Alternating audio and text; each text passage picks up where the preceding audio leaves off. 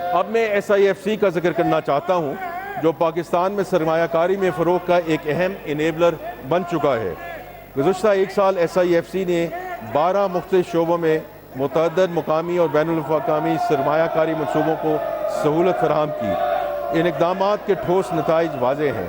میں 2-3 مثالوں کے ذریعے SIFC کے اہم کردار پر روشنی ڈالنا چاہوں گا۔ ان میں سب سے پہلے پاکستان اسٹیل ملز کی 6,860 ایکڑ اراضی کو ایک خصوصی اقتصادی زون کے طور پر فعال کرنا ہے۔ یہ منصوبہ ملک میں معاشی سرگرمی میں اضافہ کرے گا۔ تھرکول ریلوے منصوبہ پہ بھی SIFC کی افادیت کا منہ بولتا ثبوت ہے۔ پاکستان ریلویز اور حکومت سندھ کی مشترکہ مالوی معاونت سے شروع کیے گئے اس منصوبے سے مقامی توانائی کے ذخائر کو قومی نقل و حمل کے نیٹ ورک سے جوڑنے میں مدد ملے گی۔ اس سلسلے کا ایک اور بڑا قدم ویئر ہاؤسنگ کی شعبے کو باقاعدہ طور پر صنعت کا درجہ دینا تھا۔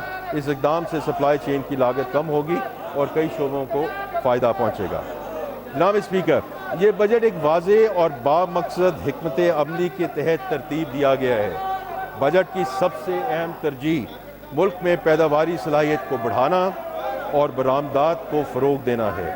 اس مقصد کے لیے ہم برآمدی صنعتوں کو ٹیکس مراحت دے رہے ہیں اور ایکسپورٹ فائنانس اسکیم کے ذریعے ایکسپورٹرز کے لیے وسائل فراہم کر رہے ہیں تاکہ ہمارے ایکسپورٹرز بین الاقوامی منڈیوں میں مزید مؤثر انداز میں مقابلہ کر سکیں۔ برآمدات میں اضافہ ہمارے زر مبادلہ کے ذخائر کو مستحکم کرے گا، روزگار پیدا کرے اور خوشحالی کا ذریعہ بنے گا انشاءاللہ۔ زراعت ہماری معیشت کی ریڑھ کی ہڈی ہے۔ ہم نے زراعت کے فروغ اور کسانوں کو آسان قرضہ جات کی فراہمی کے لیے کئی اقدامات کیے ہیں۔ اسی طرح انفارمیشن ٹیکنالوجی کے شعبے کو مزید ترقی ہماری ترجیحات میں شامل ہے۔ جناب اسپیکر، یہاں میں واضح کرتا چلوں کہ ملک میں روزگار کی فراہمی ہماری اہم ترجیح ہے۔ اس حوالے سے آگے بڑھنے کا واحد راستہ ایسے کاروباری ماحول کی فراہمی ہے جس میں نجی شعبہ پھلے پھولے، ملک میں کاروبار کو فروغ ملے اور روزگار کے مواقع پیدا ہوں۔ ہمیں قوی امید ہے کہ پرائیویٹ سیکٹر خصوصی صنعتی شعبے کے فروغ سے ملک میں روزگار کی فراہمی بہتر ہوگی۔ جناب اسپیکر، اس بجٹ کی ایک اور اہم ترجیح اگلے سال کے ٹیکسوں کے بوجھ میں اضافے کی بجائے ٹیکس کمپلائنس اور انفورسمنٹ کے ذریعے آمدن بڑھانا ہے۔ اس حوالے سے نہ صرف ہم جدید انفورسمنٹ اور کمپلائنس نظام کے استعمال میں توسیع لا رہے ہیں بلکہ FBR کی تنظیم نو بھی جاری ہے جس کی تفصیل میں آگے جا کر بیان کروں گا۔ جناب اسپیکر، خطے کی غیر یقینی صورتحال اور ملکی دفاع کو ناقابل تسخیر بنانے کے لیے دفاعی شعبے کے بجٹ میں خاطر خواہ اضافہ کیا گیا ہے۔ بجٹ 26-27 میں ایک اہم ترجیح نوجوانوں کو ہنرمند بنانا اور ضروری وسائل کی فراہمی کو یقینی بنانا ہے تاکہ وہ اپنے لیے روزگار پیدا کر سکیں اور ملک کی ترقی میں حصہ ڈال سکیں۔ ملک کے کم آمدنی والے طبقے کے لیے بے نظیر انکم سپورٹ پروگرام کی وساطت سے وسائل کی فراہمی میں اضافہ کیا جا رہا ہے۔ اسی طرح دانش اسکول نیٹ ورک کو بھی توسیع دی جا رہی ہے تاکہ کوئی ذہین بچہ وسائل کی کمی کی وجہ سے تعلیم حاصل کرنے سے محروم نہ رہے۔ بجٹ میں خیبر پختونخوا کے نئے ضم شدہ اضلاع، گلگت بلتستان اور آزاد جموں کشمیر کے لیے بھی خاطر خواہ رقم مختص کی گئی ہے تاکہ وہاں بھی عوامی سہولیات کی فراہمی کو بہتر کیا جائے۔ جناب اسپیکر، اب میں مالی سال 26-27 کے بجٹ کے اہم خد و خال پیش کرتا ہوں۔ مالی سال 26-27 کے لیے اقتصادی ترقی کی شرح 4% رہنے کا امکان ہے۔ افراط زر کی اوسط شرح 8.2% متوقع ہے۔ بجٹ خسارہ GDP کا 3.6% جبکہ پرائمری سرپلس GDP کا 2% ہوگا۔ FBR کے محصولات کا تخمینہ 15,264 ارب روپے ہے جو کہ رواں مالی سال سے 17.6% سے زیادہ ہے۔ وفاقی محصولات میں صوبوں کا حصہ 8,848 ارب ہوگا۔ وفاقی حکومت اور صوبائی حکومتوں نے کچھ قومی تقاضوں کو اجتماعی طور پر پورا کرنے کے لیے ایک انتظام پر اتفاق کیا ہے جس کے مثبت اثرات انشاءاللہ ملکی سطح پر ہوں گے۔